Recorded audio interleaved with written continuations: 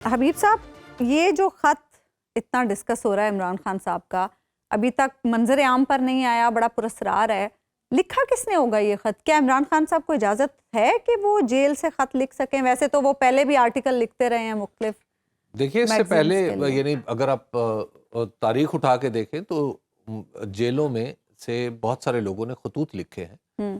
پنڈت جواہر لال نہرو نے جیل سے اپنی بیٹی کو خط لکھے، اندرا گاندھی کو، اور اس کے علاوہ اور بھی بہت سارے لوگ ہیں۔ حضرت ابوالکلام آزاد کی، جو مولانا ابوالکلام آزاد کی ایک کتاب ہے غبار خاطر، جو کہ جیل سے لکھے ہوئے خطوط پر مبنی ہے۔ تو جیل سے خط لکھنا قیدیوں کے لیے نئی بات نہیں ہے، اور چیف آف آرمی سٹاف کو خط لکھنا بھی نئی بات نہیں ہے۔ اصغر خان نے، ایئر مارشل اصغر خان نے اپنے دور میں جنرل ضیاء الحق کو خط لکھا تھا، اور اس سے پہلے بھی بہت سارے لوگ جو ہیں وہ خطوط لکھتے رہتے ہیں، اور چیف آف آرمی سٹاف چونکہ ایک سرکاری عہدہ ہے تو لہٰذا اس کو خط لکھنا تو ہر آدمی کے بس میں ہے کہ آپ اپنے ذہن میں اگر کوئی دفاعی نکتہ آپ کے خیال میں آیا ہے یا کوئی اور چیز ہے جس میں جو آپ سمجھتے ہیں کہ چیف آف آرمی سٹاف کے علم میں لانی چاہیے، تو آپ نے خط لکھ لیتے ہیں۔ بلکہ جنرل ضیاء الحق کے دور میں، وہ چونکہ چیف آف آرمی سٹاف بھی تھے اور صدر بھی تھے، ان کے دور میں تو یہ انتظام تھا کہ وہاں پہ خط جیسے ہی جاتا تھا، وہاں سے ایک خط شکریہ کا آتا تھا کہ جناب آپ کا خط مل گیا ہے،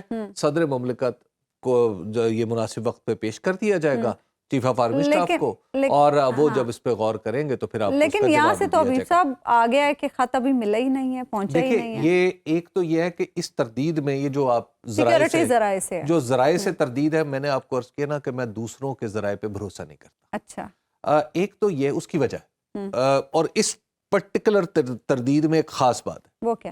وہ یہ ہے کہ جب آپ کسی سرکاری عہدیدار کو خط لکھتے ہیں تو وہ اس کو ریٹرن نہیں کر سکتا بغیر وصول کیے۔ اچھا جی، ٹھیک ہے۔ آپ جب سرکاری دفتر میں خط لکھتے ہیں تو سرکاری دفتر یہ نہیں کہہ سکتا کہ ہم اس کو وصول نہیں کریں گے۔ اچھا، وصول کرنا پڑے گا۔ وصول لازمی کرنا ہے، اور باقاعدہ طور پر اس کا ایک ڈائری نمبر لگنا ہے، اس کا لفافہ بھی اس کے ساتھ محفوظ ہونا ہے، اور وہ لفافے سمیت وہ جہاں پہ جس ڈپارٹمنٹ کے لیے بھیجا گیا ہے وہاں پہ جاتا ہے، اور اس کے بعد اس کو ریکارڈ میں لگا کے اس پہ کوئی کاروائی ہوتی ہے۔ اب اگر یہ سسٹم، اس کا مطلب ہے تردید کرنے والوں کو اس سسٹم کا پتہ ہی نہیں ہے۔ اچھا، سرکاری ادارے کو لکھا گیا خط آپ ریٹرن نہیں کر سکتے، تو لہٰذا یہ خط اگر یہ چلا ہے، اگر یہ ڈاک کے ریگولر ذریعے سے گیا ہے، تو آپ کیا لکھے گا وہاں پہ؟ ڈاکیا لکھے گا کہ جناب میں اس ایڈریس پہ گیا تھا، یہ ایڈریس ہے ہی نہیں، یہاں کوئی رہتا ہی نہیں ہے، یا یہاں پہ کوئی رہتا نہیں ہے۔ اس لیے یہ بچکانہ باتیں ہیں جو اس طرح کی سنجیدہ حوالے سے کہ جناب تردیدیں اٹھا کے آپ چلانا شروع کر دیں یا بتانا شروع کر دیں، تو یہ ذرائع کی تردیدیں اسی طرح کی تردیدیں ہوتی ہیں، انہیں اسی کھاتے میں۔ یہ بھی کہا گیا ہے کہ مقتدرہ کو اس خط میں کوئی دلچسپی نہیں ہے، سیاسی باتیں سیاستدانوں کو کرنی چاہیے۔ اس سے کہیں یہ اشارہ تو نہیں دینے کی کوشش کی جا رہی ہے حبیب صاحب کہ یہ خط لکھنے والا کون ہے؟ خط لکھنے والا حبیب اکرم نہیں ہے، خط لکھنے والا سابق وزیر اعظم پاکستان عمران احمد خان نیازی ہے، جس نے پاکستان کے آئین سے وابستگی کا حلف اٹھایا ہوا ہے۔ ٹھیک ہے، وہ پاکستان کا سابق رکن قومی اسمبلی بھی ہے، یہ اس کا خط ہے۔ صحیح ہے، تو آپ کہہ رہے ہیں کہ کسی کو دلچسپی نہیں، کیوں نہیں ہے دلچسپی؟ یہ کیسے ہو گیا بھائی؟ کیا میں اگر اپنے طور پر خط لکھوں کہ میں سمجھتا ہوں کہ یہ جو ہمارا معاملہ ہے اس کو اس طرح ہونا چاہیے، تو کیا وزیر اعظم کو میرے خط میں کوئی دلچسپی نہیں ہے؟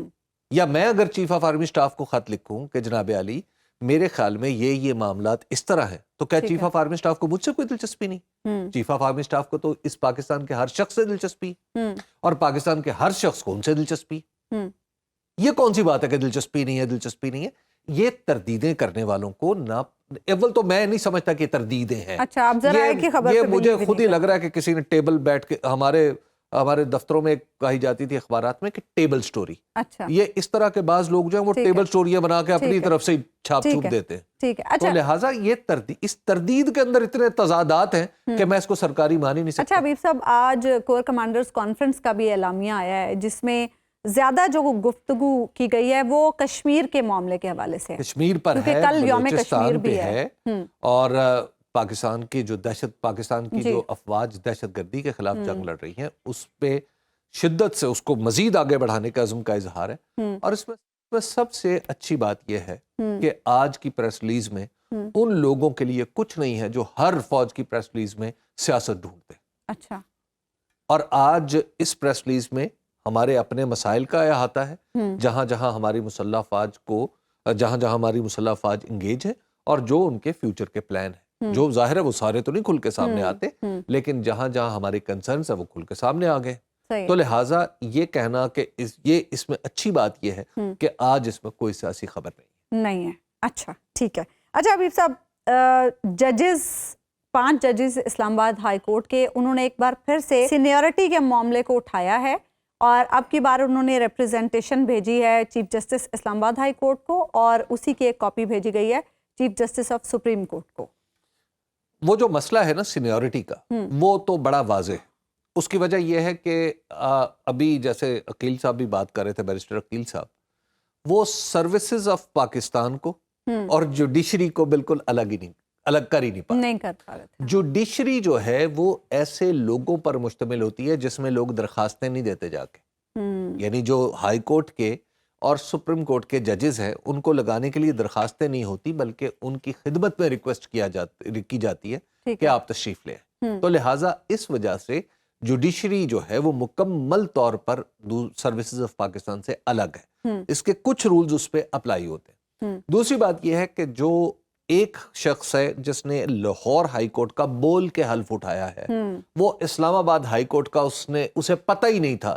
یعنی جب اس نے حلف اٹھایا اس کے وہم و گمان میں یہ نہیں تھا کہ ایک دن وہ اسلام آباد ہائی کورٹ چلا جائے گا, اور بغیر حلف کے وہ دوسری ہائی کورٹ میں چلا گیا. تو یہ بالکل منطق کے بھی خلاف ہے اور قانون کے بھی خلاف ہے. اس میں صورتحال بالکل واضح ہے, لیکن اب چیف جسٹس آف پاکستان اس میں کوئی نیا نقطہ کیا نکالتے ہیں.